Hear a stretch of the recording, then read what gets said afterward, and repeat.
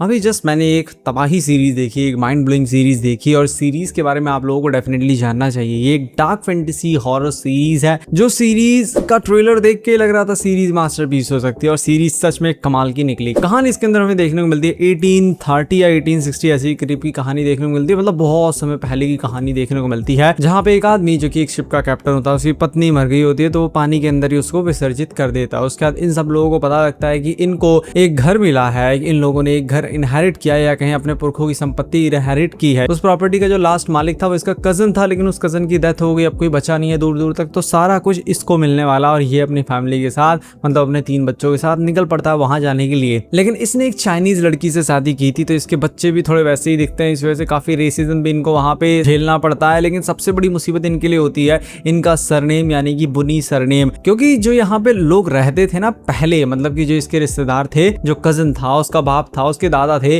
उन लोगों की बिल्कुल भी यहाँ पे इज्जत नहीं है क्योंकि वो लोग काफी खतरनाक लोग थे और उनका इतिहास बहुत ज्यादा खतरनाक है। उनके मरने पे लोग काफी खुश हुए थे। तो यहाँ पे आने के बाद इसको तो कुछ पता नहीं है कि क्या हुआ था क्या नहीं, लोग इससे भी उसी तरीके से व्यवहार करने लगते हैं। इसके पैसे को ब्लड मनी कहते हैं, खून से सना हुआ पैसा कहते हैं। और उस घर के आने के बाद इसको अजीबोगरीब चीजें दिखने लगी हैं और इसको ऐसा लगने लगा है कि ये घर कोई नॉर्मल घर नहीं। और हमको भी थोड़ी देर में रियलाइज हो जाता है कि यहाँ पे भूत प्रेत का कुछ ना कुछ चक्कर डेफिनेटली है और यहाँ पे इसकी जो फैमिली थी उसने कुछ ना कुछ बहुत बड़ा कांड कर रखा है। तो सवाल यह है कि आखिर इसकी फैमिली ने कौन सा बड़ा कांड किया है, क्योंकि कोई बताने को तो तैयार है नहीं इस घर के अंदर क्या चल रहा है। वो सारी चीजें आपको इस सीरीज के अंदर देखने को मिलेगी। सबसे पहले जो मैं तारीफ करूंगा ना वो है इसका आउटस्टैंडिंग गॉथिक एटमॉस्फेयर। इसके अंदर आपको dark forest, massive haunted mansion, candle lit interior, constant feeling of isolation, ये सब कुछ देखने को मिलता है। और लिटरली जिस तरीके से यहाँ पे जो भी शूट किया है ना, आई डोंट नो किस तरीके से शूट किया है।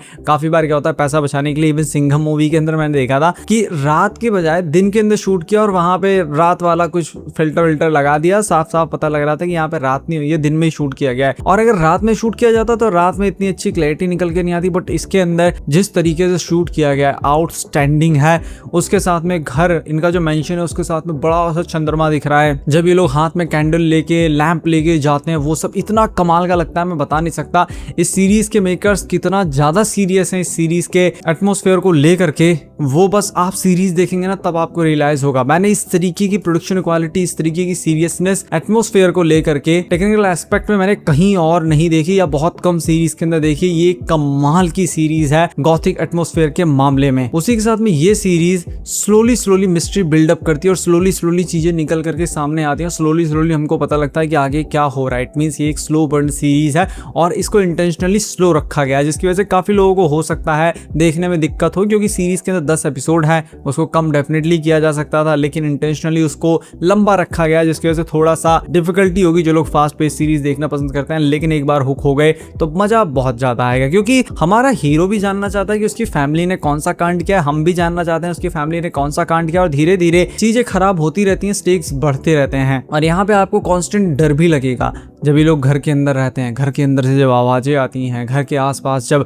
खराब चीजें होती हैं और इन लोगों के आने की वजह से, क्योंकि इनको लोग शापित मानते हैं, अब इन्होंने कुछ गलत किया नहीं है आज तक, लेकिन इनके आने के बाद पता नहीं कैसे वहां पे गलत चीजें होने लगती हैं जिसकी वजह से और लोगों को शक होने लगता है, अब लोग इनके दुश्मन बनने लगे हैं। तो ऐसी मल्टीपल चीजें होती रहती हैं जिसकी वजह से थोड़ा सा अजीब लगता है हम लोगों को और हम बस जानना चाहते हैं कि यहाँ हो क्या रहा है एग्जैक्टली। सीरीज काफी ब्रूटल है, काफी खतरनाक चीजें इसके अंदर आपको देखने को मिलेगी, मतलब खून खराबा दबा के गर्दन काट देना, ये वो आते निकाल देना, सब बहुत नॉर्मल इसके अंदर। लेकिन एडल्ट चीजें बिल्कुल भी देखने को मिलती, इवन एक छोटी सी किस देखने को मिलेगी, बस उसके अलावा कुछ भी इसके अंदर देखने को नहीं मिलेगा। तो आप फैमिली के साथ भी देख सकते हैं कुछ हद तक इस सीरीज को, क्योंकि ब्रूटल चीजें बहुत ज्यादा देखने को मिलती हैं। तो कुछ चीजें हैं जिसकी वजह से हो सकता है फैमिली के साथ ना देख पाए, लेकिन आप चाहें तो देख सकते हैं। कुछ भी इसके अंदर नहीं है, सेक्स न्यूडिटी कुछ भी नहीं है इसके अंदर। एड्रियन ब्रॉडी ने इस सीरीज के अंदर आउटस्टैंडिंग परफॉर्मेंस दी है, एकदम आपको मजा आ जाएगा। एंड में आप थोड़ा इमोशनल भी हो जाएंगे और काफी सारे ऐसे इमोशंस निकल करके सामने आएंगे और ये बंदा देख के लगेगा कि तो बहुत मासूम, बहुत अच्छा इंसान है। बहुत कमाल की परफॉर्मेंस थी कुल मिला के। नेगेटिव में तो मैंने बताया कि ये सीरीज स्लो पेस है, खास तौर पे एपिसोड 2 से 5 तक थोड़ा सा आपको स्लो पेस लगेगी। उसके बाद सीरीज एकदम एक्शन मोड में आ जाती है, सर्वाइवल मोड में आ जाती है। इवन ये सीरीज कुछ पल के लिए आपको या कहीं 2-3 एपिसोड के लिए सर्वाइवल गेम भी बन जाती है और इस सीरीज को 6 से 8 एपिसोड में कंप्लीट किया जा सकता था, लेकिन आई थिंक मेकर्स यहाँ इंटेंशनली सीरीज को लंबा करना चाहते थे उन लोगों का फोकस था कि वो क्वालिटी डिलीवर करें, क्योंकि इसका जो गॉथिक एटमॉस्फेयर है, जिस लेवल की प्रोडक्शन क्वालिटी इसके अंदर देखने को मिलती है, उससे पता लगता है कि यहाँ पे मेकर्स का ध्यान सिर्फ था एक अच्छी सीरीज बनाने पे, वो कोई एक्शन मास मसाले वाली सीरीज बनाने में इतना विश्वास ही नहीं करते थे। और इसके अंदर आपको नॉन स्टॉप एक्शन देखने को नहीं मिलेगा। एक्शन इसका आई थिंक 7th एपिसोड से स्टार्ट हो जाता है, उससे पहले भी थोड़ा बहुत चीजें देखने को मिलती हैं, लेकिन ये एक्चुअल में एक मिस्ट्री के बारे में है, ये हॉरर के बारे में है, ये खून खराबे के बारे में है, ये एक फैमिली के रहस्य के बारे में है। तो मुझे तो सीरीज बहुत ज्यादा पसंद आई है। ये स्लो पेस को अगर हटा दो ना, सीरीज के अंदर कोई कमी है ही नहीं, सीरीज काफी कमाल की है। इसीलिए मैं सीरीज को रेट करूंगा 8.2 आउट ऑफ 10। और आपसे ही कहूंगा, अगर आपको फ्रॉम जैसी सीरीज पसंद आई है तो आप एक बार इस सीरीज को भी देख सकते हैं। बिल्कुल उसी की तरह नहीं है, लेकिन काफी अच्छी खासी सीरीज है। और कमाल की बात, एक ही सीजन के अंदर स्टोरी कंप्लीट कर दी गई है। आगे कोई सीजन आया है नहीं आया मुझे पता भी नहीं है, इस सीजन के अंदर तो स्टोरी कंप्लीट हो गई है। और मैं मिलता हूं आपसे अपनी नेक्स्ट वीडियो में।